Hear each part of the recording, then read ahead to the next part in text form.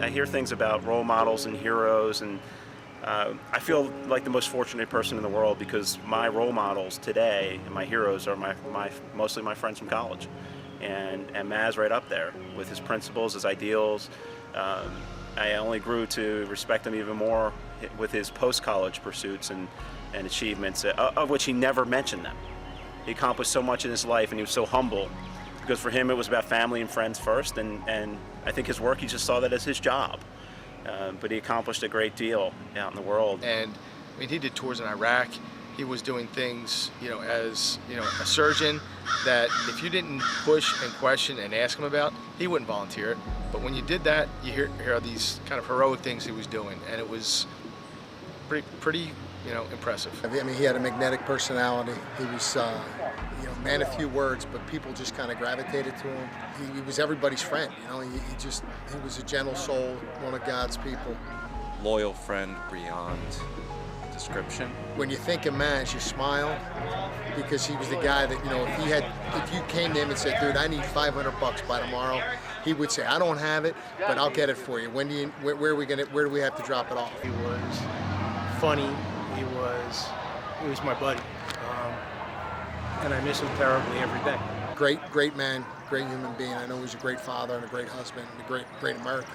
He was just one of those guys you wanted in a foxhole with you. Commander Michael Todd Mazurek, MD, was always the man you wanted in your foxhole. Number 67 earned a reputation at Dickinson for pushing others and pushing up big weight in the gym. That guy was strong. He was so strong. Maz was probably the strongest offensive lineman that we had. I mean, when you were in the weight room, the guy was an animal. He actually probably benched the most, and he would yell. He's pretty loud in the weight room. So he's not a gentle giant. I mean, he would cut you off at the knees to win a one-on-one battle. I mean, he was, I say that in the most complimentary way, because he was one of those guys that could turn it on and off, and you definitely didn't want to get on his bad side. He played some, didn't play a lot. But it was all about the team and his contributions, whether it was the scout team or whether he was playing. He worked his tail off, and he did the best that he could to make everyone around him better. Maz joined the Dickinson football team as a freshman in 1986, the perfect time to be a Red Devil. The year before, Dickinson had hired a young coach and new staff to take over one of the country's worst teams. Everything at Biddle Field was about to change.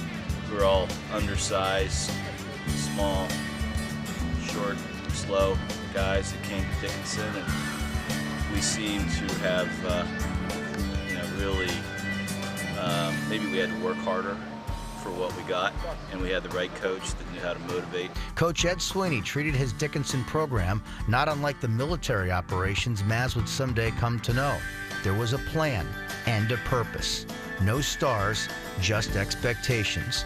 High expectations. Maz fit right in. That work hard mentality really bonded us together, and then we had the good fortune of finding Sigma Chi, and so we had two families here at Dickinson. I remember when he left the team for 24 hours. He left for a day, and he came running back on the field the next day. Again, that loyalty. Let's welcome Maz back. And the whole team just broke out laughing. It was just hilarious. Through Coach Sweeney's demanding approach, this once fledgling Division III football team began one of the nation's best turnarounds. Maz and the Red Devils improved from 1 win to 4-6 as freshmen, then 7-3 as sophomores, and 10-1 as juniors. There's Maz after the ECAC South Bowl title upset win at Fordham.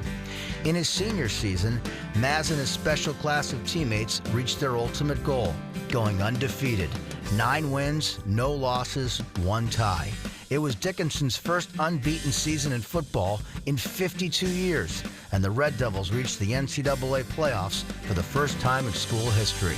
For an aspiring doctor who was setting much bigger, more important goals off the field, it was a life lesson in perseverance that would serve Maz well for the future when the battles overseas were truly must-win and defeat was not an option. He was a student of the game, almost to a fault to drive me crazy sometimes. Maz played next to me on the line. I was a center, and Mike was a guard. Senior year, Mike and I were not starting at the time, and We were in late in the game against Johns Hopkins, and there was a freshman nose guard, and Mike and I were really having our way with him, and I think it got to the point where we felt sorry, and Maz, ever the teacher, started giving this young man instruction on how to better play nose guard against us, and I just looked at him and thought, what are you doing? But it was just in him not to take advantage of a situation, and I think he saw that he could help this individual, and even though they were an opponent, the game was in hand, and it was a good chance to teach. In many ways, football was the perfect medicine for Maz's ultimate pursuits, but he still found time to enjoy life. He and I were fishing buddies, so in the spring we'd go fishing, and there weren't many of us that did it, so he and I would go outside of town, go fishing. Eventually as he became a surgeon, I watched the precision with which, after we caught the fish, he'd clean them. And obviously you have to prepare them to eat. And the precision, I just saw him take that care and meticulousness. And it still sticks with me today, thinking about what he eventually did as a profession. Dickinson obviously is a very academic school, and Maz was in classes that most of us didn't take, biochemistry and all sorts of science classes, and he would always come late to practice on Mondays, because that was when labs were. So Maz definitely had his academics set as a priority when he was at Dickinson, but one of the greatest guys and a great teammate and a great offensive lineman. Well, what's interesting about Maz, he was very logical and very smart, and I think in most situations he was about 3 steps ahead of the rest of us knuckleheads. At first glance, my first impression of Maz, you see a big guy, strong, he can bench press the world. You think, maybe not the smartest guy in the world. However, probably the smartest kid in our frat, and he could probably talk you in circles in terms of intelligence and the way he would approach his academics. Maz had the first computer in the fraternity, and probably the only computer. And needless to say, we all would wait till the last minute, and the computer center would be closed, and we'd knock on his door at midnight and ask Maz, can we just this one time use your computer to type our paper, or better yet, can you type it for us? And he would be relentless and barrage us and make fun of us. And Maz definitely brought out the best in people in terms of when he would test them, and kind of it was not a matter of proving that he was smarter than people. It was a matter of his just inquisitiveness and wanting to kind of generate a dialogue and see, what's what. But then at the end of the day, the soft spot in him, he was very compassionate. Underneath all that, he would always help and always teach, and everything was always a learning. And it doesn't surprise me that he became a teacher of medicine in the future. When you look back, right, it was in him. It was his natural teacher, and just one of the smartest, brightest people I ever met, but one of the most compassionate at the same time. And Maz was like, he had friends. I mean, we were his dear friends, but Maz was one of those guys, like, he had friends that we didn't even know about. He was a science guy, good athlete, but smart. He was a bit of a geek and a nerd. I mean, I say that in the most complimentary way. Like, he had friends that were like so far out of our circle. Certainly you and I, our limited sphere of influence. Another huge memory of mine is a number of us went on a baseball trip. We toured many baseball stadiums, watched major league games. He had one car, I had the other car, and we really, there were times we were riding him pretty hard during that trip, but he just hung in there, and it still to this day is one of the most memorable trips. Even my mom has a picture of us, all 8 of us on that trip in Detroit. And he would let loose. The Dickinson experience for Maz and his football and Sigma Chi friends was about so much more than hitting the books or those rivals from Franklin and Marshall. Maz was a part of something more meaningful than most people will ever experience in college, or perhaps even in life. Well, our friend Joe Trainer always says it. When we came here, we caught lightning in a bottle. And what he means by that is we came from all different places. I don't know what brought us here, but it seems like there's something. And I instantly had brothers that I never had before. Well, we're lucky, and it's Maz and our group of 12 to 15 guys that is extremely rare to have such a bond.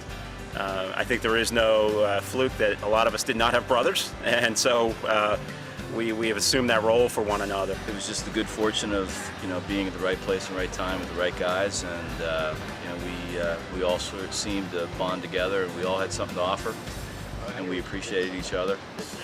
And football is a game that does that, puts you together, and you really have to row in the same direction, and we did. The fraternity was just where we would sort of just get our yucks and have a lot of fun. And we're just glad he was able to do it with us. The lightning in the bottle thing, I think, catches just everyone's individual role in terms of where we played and how we played into this Dickinson experience. And it wasn't just football. It was football, it was fraternity, it was academics. And, Maz absolutely played a huge part of that. And it's just, it's great thinking back and looking back on that. When I see how my relationship with Mike kind of grew throughout the years. And I see that lightning in the bottle. He was, a key part of that for all of us, I think. Maz left us way too soon, but it's hard to imagine anyone ever accomplishing more in their time on Earth. Maz put his life on the line for others. He was a true American hero. To Lisa, Adam, Dylan, and Spencer, everyone from the Dickinson community wants you to know how much we loved Maz and all that he represented.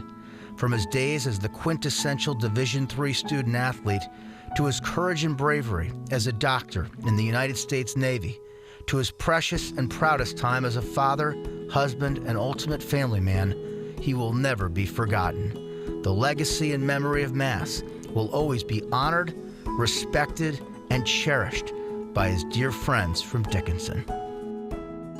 I grew to appreciate Maz's qualities as we left college and went out into life. I think he was mature beyond his years, and one of the things as I look back that I respect in Maz more than anyone I've met is that he was a man of principle, and he never compromised his principles to win favor, to win friends, to take advantage of a situation. And I don't know too many people that can say that in their life, but he set that example and serves as a role model to me today. I would want the boys to know that Maz is the epitome of loyalty, the epitome of friendship, and doing things for other people. Whether it was, again, football and playing his part in the team there, or whether it was as a surgeon, and some of the stories I've heard from him once he got older and took on his profession. He was, in the Jesuit tradition that I know of, he was a man for others. And he really did that and took that to heart. And he made it important to him to make sure that he was there to serve other people and not himself. They should know for the rest of their lives that they had a dad who was a good man, a good husband, a good father. And I am certain that he will always be up there looking over their shoulders, making sure they're okay. I guess a message I have to Adam, Dylan, and Spencer is your dad was a one-of-a-kind man, human being, friend, brother, and made a tremendous impact that stays with each and every one of us every day. And I just want to let you know that not a day goes by in my life where I don't think of your dad and the influence he had on me and how he serves as a role model. It's something I share with my children. I keep a picture of us from football in college, and they know who your dad is, and I think it's important. And it's important for you to know that as well, that how special he was to all of us.